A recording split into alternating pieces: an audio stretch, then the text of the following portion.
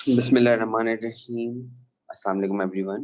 Once again आपकी last topic को मैं कंटिन्यू करना चाहता हूँ और मुझे उम्मीद है कि आप लोग खैरियत से हों। और क्योंकि कल एक नए साल की आमद है, एक नए साल की इब्तिदा है, तो मैं चाहूँगा कि मैं स्टार्टिंग में आपको कुछ चीज़ें बता दूं कि सबसे पहले तो ये जो साल हमने गुजारा है ये समहाउ सबके लिए चैलेंजिंग था। सबसे ज़्यादा स्टूडेंट्स के लिए, क्योंकि उनकी पढ़ाई सबसे ज़्यादा मुतासिर हो रही थी। तो और जिस तरीके से आप लोगों ने अपने आप को मैनेज किया ऑनलाइन क्लासेस के लिए, एक वाकई बहुत ज़्यादा फ़ख्र की बात है। जो चीज़ मुझे बच्चों की तरबियत में अच्छी लगती है उसको मैं लाजमी अप्रिशिएट करता हूँ, ताकि उनकी इसके जानिब और कदम मजबूत से मजबूत हो। कुछ लोगों के लिए जो लाइफ होती है वो सिर्फ हंसी मजाक का खेल होता है, लेकिन कुछ लोग बाकी अपनी ज़िंदगी को बहुत सीरियस लेते हैं। तो जो लोग अपनी ज़िंदगी को सीरियस लेते हैं मैं उन्हीं से मुखातिब हूँ, और जो मजाक मस्ती में उड़ा देते हैं तो मैं उनको बताना चाहता हूँ कि हर टाइम ज़िंदगी मजाक मस्ती नहीं होती। तो बस अल्लाह ताला से एक ही दुआ है कि आने वाला साल हम सब के लिए जो है वो बहुत सारी अच्छे अपॉर्चुनिटीज़ लेकर आए। वो किसी भी हवाले से हों, भले वो हमारे करियर के हवाले से हों, हमारी लाइफ के हवाले से हों, हमारी किसी भी चीज़ के हवाले से, मतलब हर वो चीज़ जिससे हमें एक खुशी मिले, एक मुतमईन हो हम, हमारे दिल को सुकून मिले और हमारी जो है वो पर्सनैलिटी में एक अच्छा बाइस बने, वो सब लेकर आए। हमें वो तमाम खुशियाँ नसीब हों जो हम इस साल नहीं देख सके या जिनको हमने कोविड की नज़र कर दिया।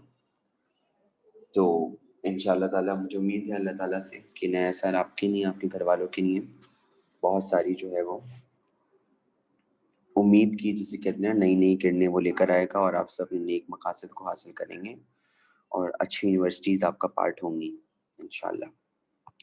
तो स्टार्ट करते हैं हम।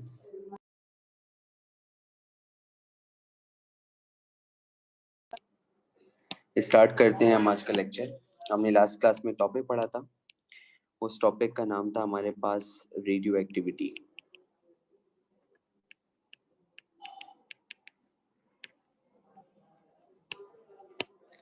ठीक है, हमने सीखा था कि वो सारे एलिमेंट्स जिनका एटॉमिक नंबर ग्रेटर देन 82 होता है, वो सारे के सारे नेचुरली अनस्टेबल होते हैं और अपने आप को स्टेबल करने के लिए अपने अंदर से रेडिएशन एमिट करते हैं। और जो रेडिएशन वो एमिट करते हैं वो रेडिएशन कहलाती हैं रेडियो एक्टिव रेडिएशन, और इस पूरे प्रोसेस को हम नाम देते हैं रेडियो एक्टिविटी। वो पूरा प्रोसेस हमारे पास रेडियो एक्टिविटी कहला रहा होता है। जिस चीज़ के ऊपर मैंने बात वाइंड अप करी थी, और जिस चीज़ के ऊपर मैंने बात लास्ट क्लास में रोकी थी, वो ये चीज़ थी कि आपके पास कोई भी एलिमेंट अपने अंदर से रेडियोएक्टिव रेडिएशन एमिट क्यों करता है। Why a nucleus become unstable.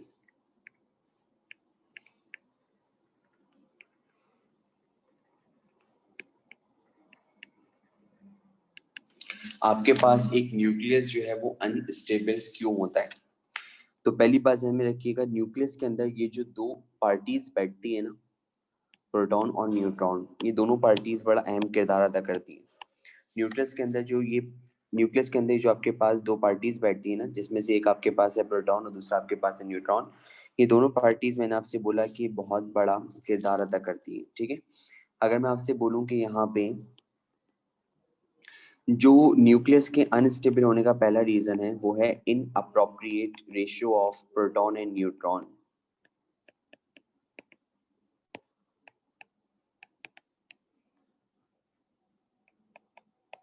Proton और न्यूट्रॉन का एक इन अप्रोप्रिएट रेशियो। सबसे पहली चीज जो हमारे पास अनस्टेबिलिटी के रोल प्ले करती है वो आपके पास है प्रोटॉन और न्यूट्रॉन का इन अप्रोप्रिएट रेशियो। अगर आपके पास फॉर एग्जांपल मौजूद है एक न्यूक्लियस और उस न्यूक्लियस के अंदर दो चीजें मौजूद हैं, प्रोटॉन और न्यूट्रॉन। प्रोटॉन और न्यूट्रॉन दोनों एक दूसरे से बिल्कुल मुख्तलिफ हैं। इनका आपस में एक दूसरे से दूर दूर तक कोई ताल्लुक नहीं, एक्सेप्ट दैट कि they are the fundamental particles of an atom. मतलब अभी हम ये कह सकते हैं फिलहाल कि ये आपके पास फंडामेंटल पार्टिकल्स हैं, क्योंकि इनकी बुनियादी पार्टिकल्स में इनका नाम मौजूद था। हालांकि मैंने कल पढ़ाया था फंडामेंटल पार्टिकल्स नहीं है, मैं उस वक्त भी कहूंगा कि अभी फंडामेंटल पार्टिकल्स नहीं है, लेकिन समहाउ उनको फंडामेंटल ही कहा जा रहा होता है, क्योंकि इनकी जो आपके पास डिस्कवरी है ना वो इनिशियल टाइम में हुई थी, तो इसीलिए ये बुनियादी पार्टिकल्स कहलाने के हकदार तो हैं, बट मॉडर्न फिजिक्स ने इनको रिजेक्ट कर दिया। तो आपके पास ये जो दोनों प्रोटॉन और न्यूट्रॉन है, ये दोनों आपके पास एटम के बुनियादी पार्टिकल्स हैं, और ये दोनों के दोनों न्यूक्लियस के अंदर मौजूद होते हैं। अब आप अच्छी तरीके से जानते हैं कि अगर आपके घर के अंदर दो अपोजिट पार्टीज रह रही हो, तो जितने मेंबर एक पार्टी के होंगे उतने ही मेंबर दूसरी पार्टी के भी हों, तो दोनों के अंदर आपके पास लड़ने झगड़ने वाली कैफियत नहीं आती। लेकिन अगर आपके पास एक पार्टी के मेंबर कम हो और एक पार्टी के मेंबर ज्यादा हो, तो कुछ हद तक तो कंट्रोल हो सकता है, लेकिन उसके बाद जब कोई फटता है तो बोलने से, सामने से किसी को रोकने से कोई रोक नहीं सकता। फिर वही बात आ जाती है कि भाई आप कितने मेंबर हैं, हमारे इतने मेंबर हैं, ऐसा नहीं होता, वैसा नहीं होता, ऐसा नहीं होता। तो बिल्कुल यही चीज यहाँ पर है। रेडियोएक्टिव बनने का एटम का सबसे बड़ा रीजन जो है हमारे पास वो है कि प्रोटॉन और न्यूट्रॉन का इनअप्रोप्रिएट रेशो। अगर हम बात करते हैं यूरेनियम की, तो यूरेनियम होता है 23592। इसके अंदर जो नंबर ऑफ प्रोटॉन्स होते हैं वो होते हैं 92। तो इसके अंदर नंबर ऑफ प्रोटॉन्स हमारे पास है 92, तो इसके अंदर नंबर ऑफ प्रोटॉन्स 92 है, तो हमने यहाँ लिखा इसके अंदर 92 प्रोटॉन्स मौजूद हैं। जबकि इसके अंदर नंबर ऑफ न्यूट्रॉन्स जो होंगे वो उस वक्त मिलेंगे जब आप 235 में से 192 को माइनस कर देंगे। तो 235 माइनस 92, 5 माइनस 2 3, एक कैरी गया, 13 में से 9 निकाला 4 आया, और 1 चला गया तो 143। तो इसके अंदर पाए जा रहे होते हैं 143 न्यूट्रॉन्स। अब आप चेक कर सकते हैं 92 प्रोटॉन्स हैं, 143 न्यूट्रॉन्स, इनके बीच में एक इनअप्रोप्रिएट रेशियो है। प्रोटॉन की तादाद न्यूट्रॉन की तादाद के मुकाबले में कम है, या न्यूट्रॉन की तादाद प्रोटॉन की कंपैरेटिवली ज्यादा है, तो इसका मतलब इनका एक इनअप्रोप्रिएट रेशियो है। तो ये आपके पास एक रीजन बनता है किसी भी एटम के अनस्टेबल होने का। दूसरा रीजन ये बनता है प्रोटॉन प्रोटॉन रिपल्जन। यस, तीसरा रीजन है, दूसरा रीजन हमारे पास है प्रोटॉन प्रोटॉन रिपल्जन। आपके पास प्रोटॉन प्रोटॉन रिपल्जन बहुत होती है। अब मैं आपको छोटी सी बात बता रहा हूँ, उसको गौर से सुनिएगा क्या बात है। तस्करा मैंने किया प्रोटॉन प्रोटॉन रिपल्जन का, कि आपके पास न्यूक्लियस के अनस्टेबल होने के लिए जो आपके पास अगला रीजन होता है वो आपके पास होता है proton proton repulsion. Proton proton repulsion जो है वो आपके पास बहुत ज्यादा पाई जा रही होती है, ठीक है। अब अगर मैं आपसे यहाँ पे बोलूँ कि भाई हमारे पास अगर फॉर एग्जाम्पल एक न्यूक्लियस है, अगर हम देखें वो एलिमेंट्स जिनका एटॉमिक नंबर 82 से छोटा है, फॉर एग्जाम्पल जिनका एटॉमिक नंबर 80 है, जिनका एटॉमिक नंबर 80 है, तो इसका मतलब उनके अंदर 80 प्रोटॉन्स हैं। Agreed.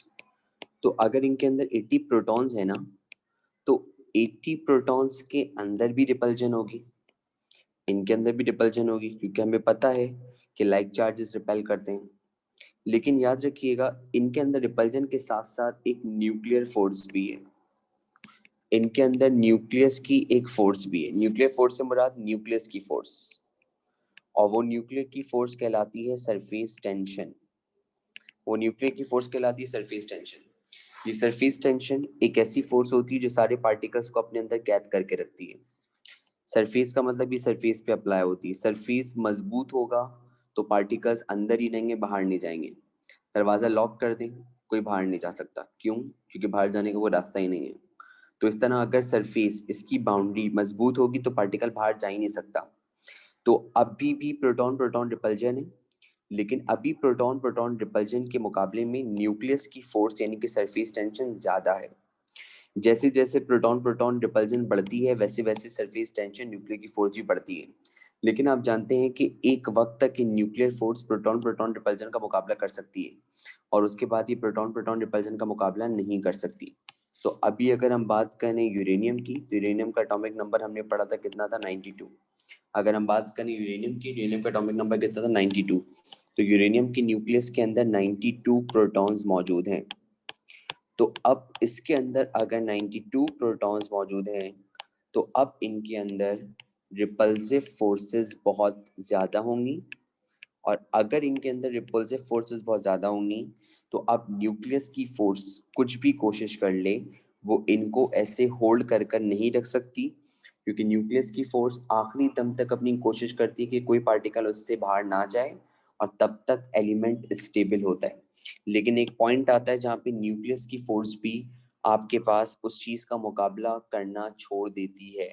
And at that time जब आपके पास यहाँ पर न्यूक्लियस की फोर्स ने रिपल्सिव फोर्स का मुकाबला करना छोड़ दिया, तो अब तीसरा रीजन जो बनता है वो बनता है आपके पास क्या, abnormal shape of a nucleus।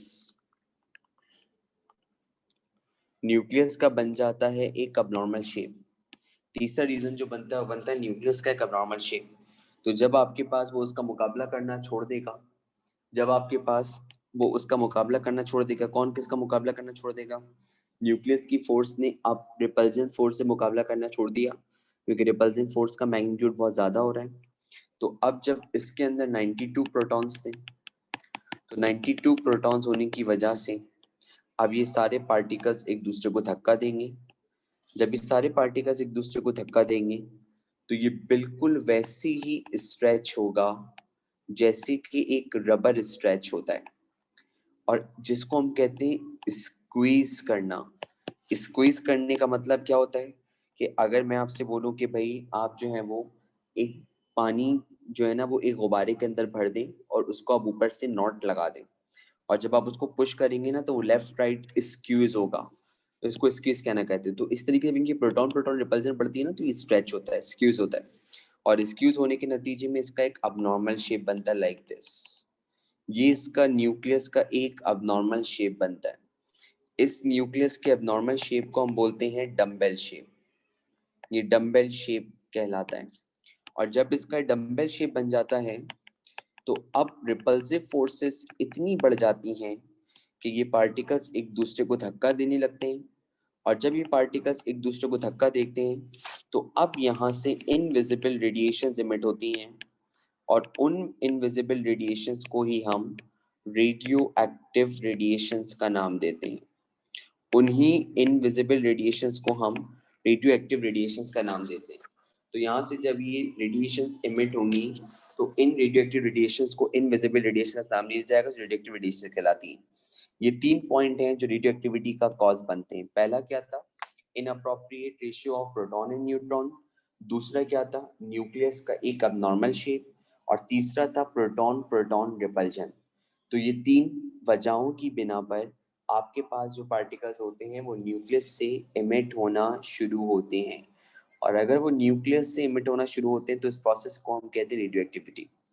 हम अभी तक यही पढ़ते हुए आए हैं कि रेडियो एक्टिविटी से मुराद होती है रेडियो एक्टिव रेडिएशंस का इमिट होना, बट हमें ये नहीं पता होता कि रेडियो एक्टिव रेडिएशंस आखिर इमिट हो ही क्यों रही हैं, उसके पीछे का रीजन क्या है। तो जब कोई भी न्यूक्लियस अपने आप को स्टेबल करेगा, तो in order to stabilise themselves it must emit radioactive radiation just because of the following facts which have been discussed with you people right now। ठीक है, तो ये आपके पास बात है। अब हमें देखना है कि रेडियोएक्टिव रेडिएशन से मैक्सिमम कितनी रेडिएशंस जो है वो इमिट होती हैं। वी वांट टू नो कि आपके पास रेडियोएक्टिव एलिमेंट से मैक्सिमम कितनी रेडिएशंस जो है वो आपके पास इमिट हो रही होती है, हम उसको देखना चाहते हैं। तो उसको करने के लिए एक एक्सपेरिमेंट किया गया, उसको करने के लिए एक एक्सपेरिमेंट किया गया।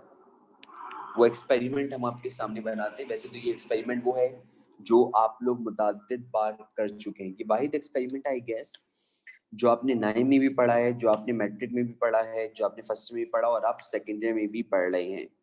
तो ये आपके पास यहाँ पे हम वो एक्सपेरिमेंट करने जा रहे हैं। वो एक्सपेरिमेंट क्या है? आपके पास एक ग्लास चैम्बर लिया गया था, ठीक है। इसके अंदर की गई थी एक narrow cavity. A glass chamber was taken जिसमें एक नैरो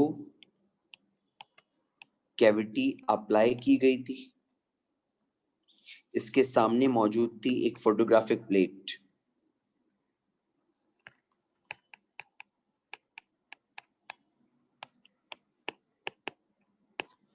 और इसके अंदर ही नैरो कैविटी, और इसके अंदर मौजूद है रेडियो एक्टिव एलिमेंट, और ये जिसके अंदर रखा गया था वो लेड बॉक्स था। और इसके अंदर रेडियोएक्टिव एलिमेंट है जो हमारे पास था रेडियम। ठीक है, इसके अंदर दो बातें हो सकती हैं, आप सुनिए गौर से क्या बात बता रहा हूँ। पहली बात ये होगी कि आपके पास या तो हम यहाँ पे अप्लाई करें एक इलेक्ट्रिक फील्ड, या फिर हम अप्लाई करें एक मैग्नेटिक फील्ड। यहाँ पे इलेक्ट्रिक फील्ड भी अप्लाई की जा सकती है, यहाँ पे मैग्नेटिक फील्ड भी अप्लाई की जा सकती है। ठीक है, मैं फिलहाल इसको पढ़ाता हूँ मैग्नेटिक फील्ड से। तो हमने यहाँ पे एक अप्लाई की हुई स्ट्रॉन्ग मैग्नेटिक फील्ड। ये जो क्रॉस का सिंबल है ये मैग्नेटिक फील्ड का सिंबल है। ये हमने एक स्ट्रॉन्ग मैग्नेटिक फील्ड अप्लाई की हुई। अब मैं आपको छोटी सी मिसाल बता रहा हूँ, देखिएगा गौर से। मैग्नेटिक फील्ड एक वेक्टर क्वांटिटी है। अगर ये क्रॉस बना हुआ हो तो उसका मतलब magnetic field is directed into the copy.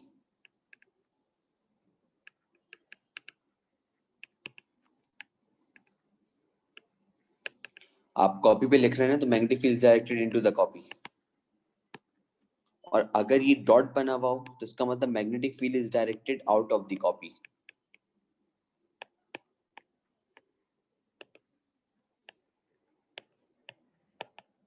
ठीक है, अब मैं छोटी सी बात बता रहा हूँ, उसको गौर से सुनिएगा। अगर मैं बोर्ड पे लिखता तो मैं लिखता magnetic field is directed into the board. अगर मैं आपके पास लिखता बोर्ड पर और डॉट बनाता तो मैं आपसे कहता magnetic field is directed out of the board. Now I want to say you something. अब फर्ज कर लें कि ये एक पार्टिकल है। अब मैं जानना चाहता हूं कि इस पार्टिकल पे चार्ज है या नहीं है। ये एक पार्टिकल है बेटा, ब्लैक कलर का। मैं जानना चाहता हूँ कि इस पे चार्ज है या नहीं है। तो मैं काम करूंगा, मैं इसको मैग्नेटिक फील्ड से पास कराऊंगा। जब मैंने इस चार्ज पार्टिकल को मैग्नेटिक फील्ड से पास करवाया और इसके अंदर डिफ्लेक्शन आ गई, चाहे वो नीचे की तरफ आए या ऊपर की तरफ आए, अगर इसके अंदर डिफ्लेक्शन आ गई, अगर इसके अंदर डिफ्लेक्शन आ गई यानी कि मुड़ गया, तो इसका मतलब इस पे चार्ज एग्जिस्ट कर रहा है। अगर इस चार्ज पार्टिकल के ऊपर मैंने अप्लाई करी क्या, मैग्नेटिक फील्ड, और मैग्नेटिक फील्ड अप्लाई करने की वजह से अगर इसके अंदर डिफ्लेक्शन प्रोड्यूस हो गई, तो इसका मतलब इस पे चार्ज एग्जिस्ट कर रहा है। और अगर ये बिल्कुल सीधा निकल गया तो इसका मतलब it is neutral particle, it has no charge. इसके ऊपर कोई चार्ज नहीं है। If deflection exist that means charge exist कर रहा है इसके ऊपर।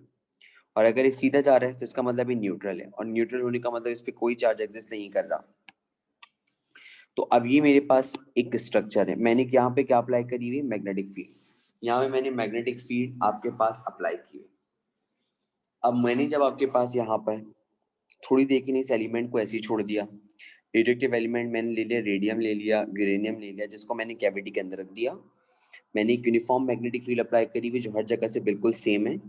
और ये पूरा का पूरा सिस्टम वैक्यूम चैम्बर के अंदर है, यानी कि अभी अंदर कोई मीडियम मौजूद नहीं है।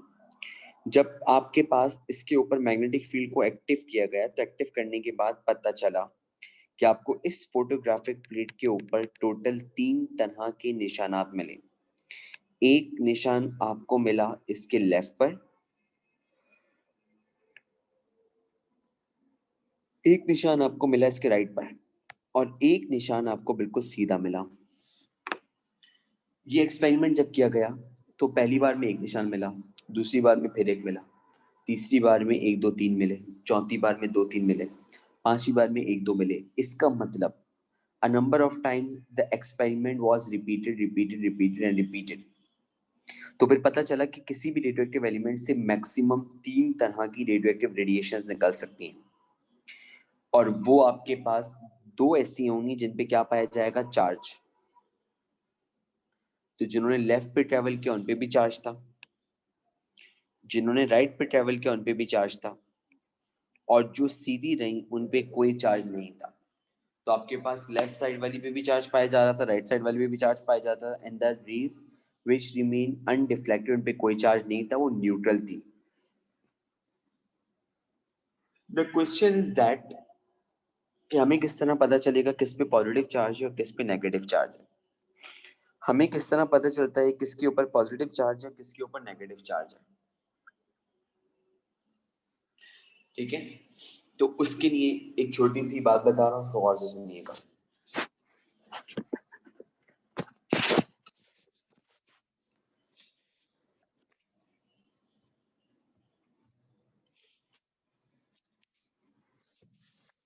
वीडियो पे फोकस करें, वीडियो पे फोकस कीजिए।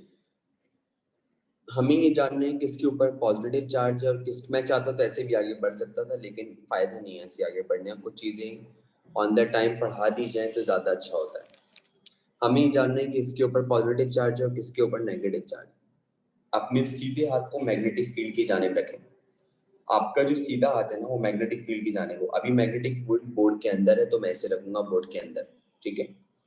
तो आप भी अपनी मैग्नेटिक फील्ड आपकी कॉपी में कर रहे हो, तो ये आपकी मैग्नेटिक फील्ड होगी, आप ऐसे रखेंगे। और ये जो पुश ऑफ दी पाम है ना, इसको बोलते हैं palm. Push of the palm आपको देता है डायरेक्शन ऑफ पॉजिटिव चार्ज। पहला जुमला क्या बोला, अपने सीधे हाथ को मैग्नेटिक फील्ड की जानिब रख दें। क्रॉस बना हुआ है, क्रॉस, क्रॉस का मतलब मैग्नेटिक फील्ड अंदर की तरफ है, तो आपका सीधा हाथ अंदर की तरफ आएगा। तो ये मेरा सीधा हाथ आ गया अंदर की तरफ, मैं इसको ऐसे दिखा रहा हूँ, ये सीधा हाथ देख। अब ये जो पुश ऑफ दी पाम है, ये पुश ऑफ दी पाम आपको देगा डायरेक्शन ऑफ पॉजिटिव चार्ज, ये आपको पॉजिटिव चार्ज की डायरेक्शन देगा। तो अपने सीधे हाथ को मैग्नेटिक फील्ड की जानिब रखें और पुश ऑफ दी पाम आपको देगा डायरेक्शन ऑफ पॉजिटिव चार्ज। तो अब मैंने सीधे हाथ को डायग्राम की जानिब रखा, ये डायग्राम की जानिब है, यानी कि मैग्नेटिक फील्ड की जानिब, और ये पुश ऑफ दी पाम इस तरफ आ रहा है। पाम का पुश जिस तरफ जाता है वो पॉजिटिव चार्ज देता है, तो पाम का पुश इस तरफ आ रहा है, तो ये आपको देगा डायरेक्शन ऑफ पॉजिटिव चार्ज। इसका मतलब है कि आपके पास जो रे ने ट्रेवल किया टुवर्ड्स लेफ्ट, जो रे ने ट्रेवल किया टुवर्ड्स लेफ्ट, वो आपके पास पॉजिटिव चार्ज रखती हैं, और पॉजिटिव चार्ज जो रे रखती हैं उनको नाम दिया गया अल्फा रेस या alpha radiations.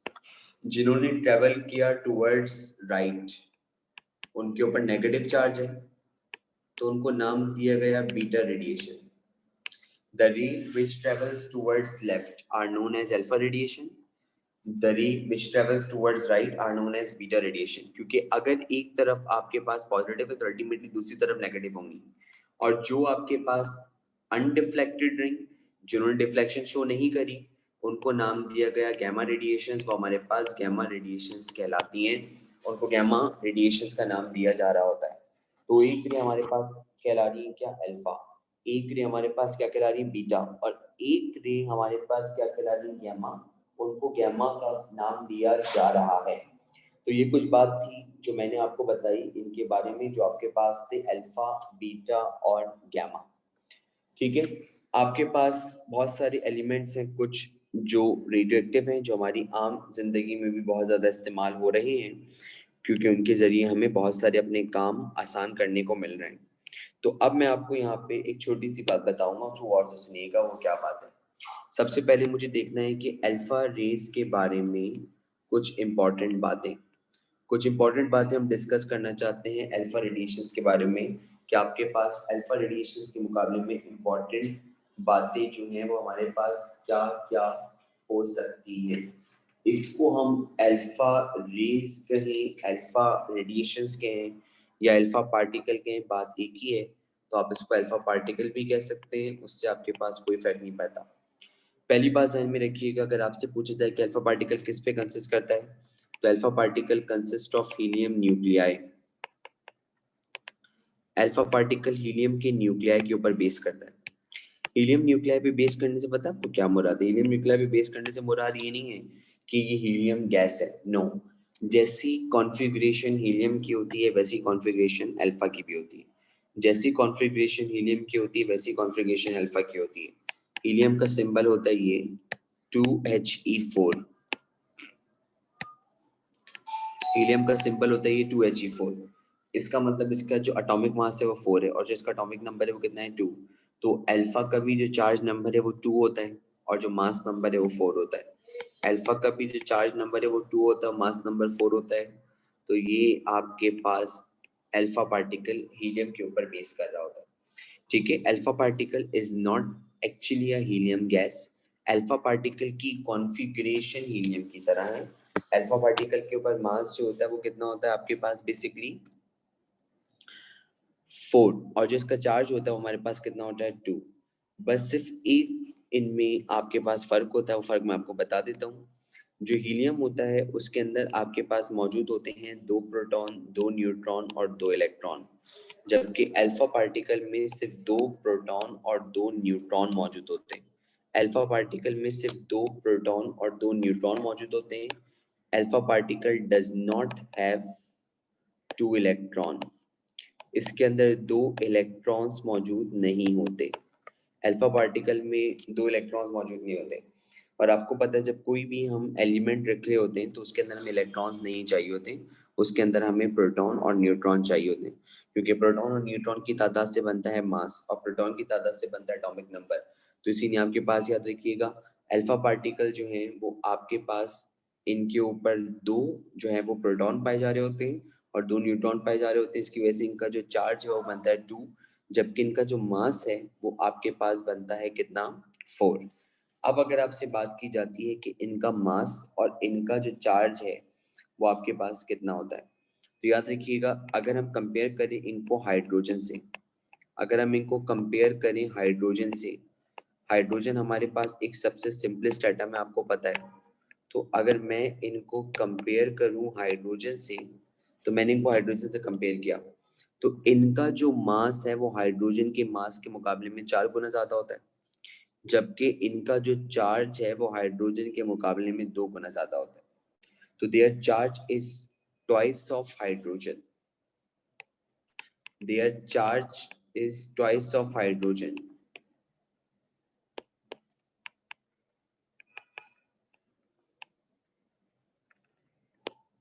And their mass is 4 times of hydrogen. इनका जो चार्ज है वो हाइड्रोजन से कितना होता है, ट्वाइस।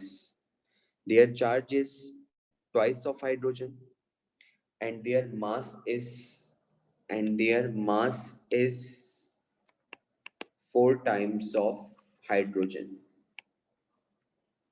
इनका जो मास है वो आपके पास 4 टाइम्स ऑफ हाइड्रोजन होता है।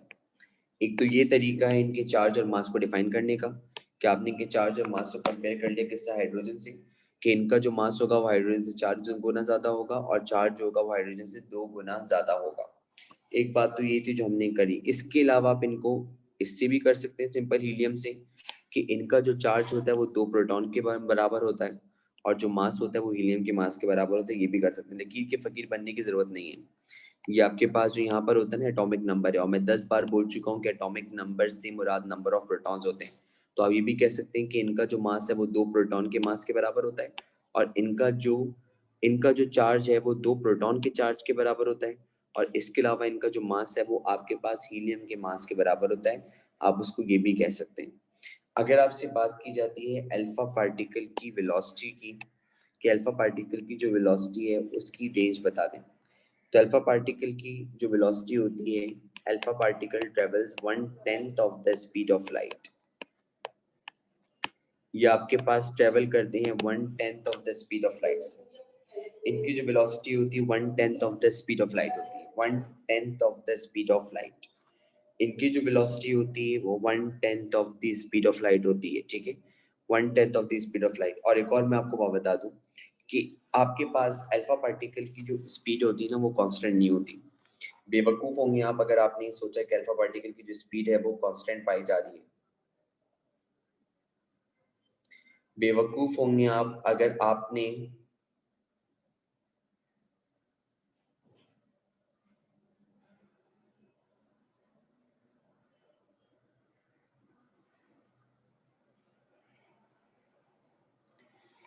बेवकूफ होंगे आप अगर आपने इसको यहाँ पर सोचा कि आपके पास ये जो अल्फा पार्टिकल की स्पीड है ये कांस्टेंट पाई जा रही है। अल्फा पार्टिकल की जो स्पीड है वो आपके पास कांस्टेंट नहीं होती। याद रखिएगा ये तो इसकी वेलोसिटी है जिसको हम कंपेयर कर रहे हैं लाइट की स्पीड से, कि भाई अगर देखा जाए लाइट की स्पीड से इनकी स्पीड कितना चेंज होती है। तो ये लाइट की स्पीड के 1/10 ट्रेवल करते हैं। कभी आपने सोचा है कि 1/10 का मतलब क्या है? मतलब अगर ये लाइट की स्पीड है टोटल, तो अगर हम इसके 10 हिस्से बना लें, 1 2 3 4 5 6 7 8 9 10, तो अल्फा पार्टिकल की जो स्पीड होगी ना वो इतने हिस्से पर होगी, 1/10 of the speed of light. तो ये हमारे पास होती है लाइट की स्पीड का जो रेशियो होता है, 1/10 of the speed of light. यानी कि लाइट की स्पीड का 10वां हिस्सा जब हम निकालेंगे तो उसमें से आपके पास वो अल्फा पार्टिकल की स्पीड बनेगी, तो 1/10 of the speed of light से ट्रेवल करती है। हर अल्फा पार्टिकल की स्पीड सेम नहीं होती। जरूरी नहीं कि रेडियम से जो अल्फा पार्टिकल निकल रहा हो और उसकी स्पीड और जो आपके पास निकल रहा हो किससे, यूरेनियम से, उनकी स्पीड सेम हो। ऐसा हरगिज नहीं होता। आपके पास इन दोनों से जो अल्फा पार्टिकल निकलते हैं उन दोनों की स्पीड डिफरेंट हो सकती है, और इसलिए इनका जनरल फॉर्मूला हमारे पास बनता है 4 एक्सपोनेंट 7 से लेकर 7 एक्सपोनेंट 7 मीटर पर सेकंड तक। ये अल्फा पार्टिकल की स्पीड की रेंज है, 4 एक्सपोनेंट 7 से लेकर 7 एक्सपोनेंट 7 तक। 4 एक्सपोनेंट 7 से लेकर, ये माइनस नहीं है, इससे लेकर है, से लेकर का मतलब 2, 4 एक्सपोनेंट 7 टू 7 एक्सपोनेंट 7 मीटर पर सेकंड तक। ये आपके पास स्पीड ऑफ अल्फा पार्टिकल की एक रेंज है। स्पीड ऑफ अल्फा पार्टिकल की रेंज जो हमने यहाँ पे करी है, ठीक है। इस तरीके से अगर आपसे कोई पूछा जाए कि इनकी पेनिट्रेटिंग पावर क्या होती है, तो याद रखिएगा इनकी मास बहुत ज्यादा होती है। तो अगर इनका मास बहुत ज्यादा है, तो जिनकी मास बहुत ज्यादा होता है तो उनकी पेनिट्रेटिंग पावर बहुत कम होती है। तो अल्फा पार्टिकल की पेनिट्रेटिंग पावर बहुत कम होती है, they have the least penetrating power. इनकी पेनिट्रेटिंग पावर बहुत लीस्ट होती है, they have the least penetrating power. इनकी पेनिट्रेटिंग पावर बहुत लीस्ट होती है। अगर आपसे कोई कहेगा कि पेनिट्रेटिंग पावर क्या होती है, तो पेनिट्रेटिंग पावर का मतलब होता है किसी भी चीज के अंदर से गुजर जाना। तो they have the least penetrating power. इनके अंदर पेनिट्रेटिंग पावर बहुत कम पाई जा रही होती है, ठीक है। अगर आपसे कोई पूछे कि हवा में पेनिट्रेट कितनी सेंटीमीटर तक कर सकती है, तो they can penetrate 7 centimetre about an air. They can penetrate 7 centimetre in air. और अगर एल्यूमिनियम का फॉइल हो, अगर एल्यूमिनियम फॉइल रखा जाए, एल्यूमिनियम का foil, foil is just like a wrapping paper. अगर एल्यूमिनियम का फॉइल रखा जाए तो इसमें पेनिट्रेट करती है 0.04 मिलीमीटर। हवा में पेनिट्रेट करती है 7 सेंटीमीटर तक, 7 सेंटीमीटर तक हवा में पेनिट्रेट कर सकती है, उसके अंदर से गुजर सकती है, उसके बाद एब्जॉर्ब हो जाती है, उसके बाद एब्जॉर्ब हो जाती है। यस, दोबारा बोल रहा हूँ, 7 सेंटीमीटर तक पेनिट्रेट किया, उसके बाद एब्जॉर्ब हो गई, ठीक है। और इसके अलावा एल्यूमिनियम फॉइल के अंदर ही पेनिट्रेट कर सकती है 0.04 मिलीमीटर तक। जबकि अगर आपसे कोई पूछे इनकी आयनाइजेशन पावर,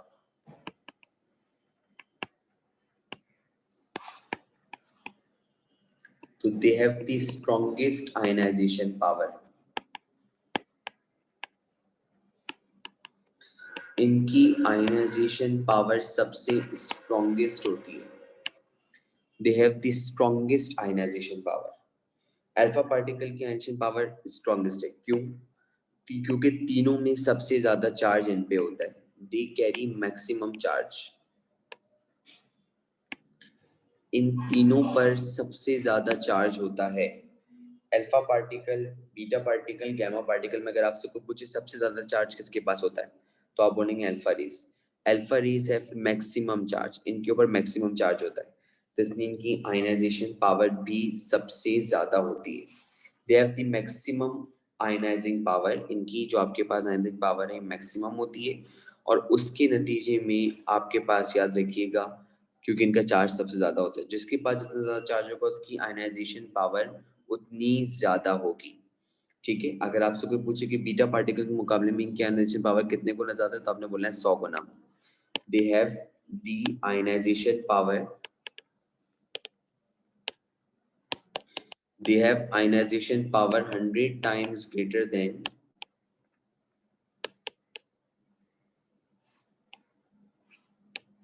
बीटा पार्टिकल। इनकी आयनाइजेशन पावर बीटा पार्टिकल के मुकाबले में 100 गुना ज्यादा है।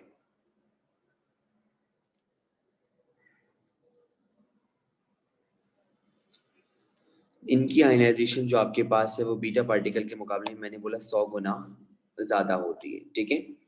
ये आपके पास बात हुई इनसे रिलेटेड।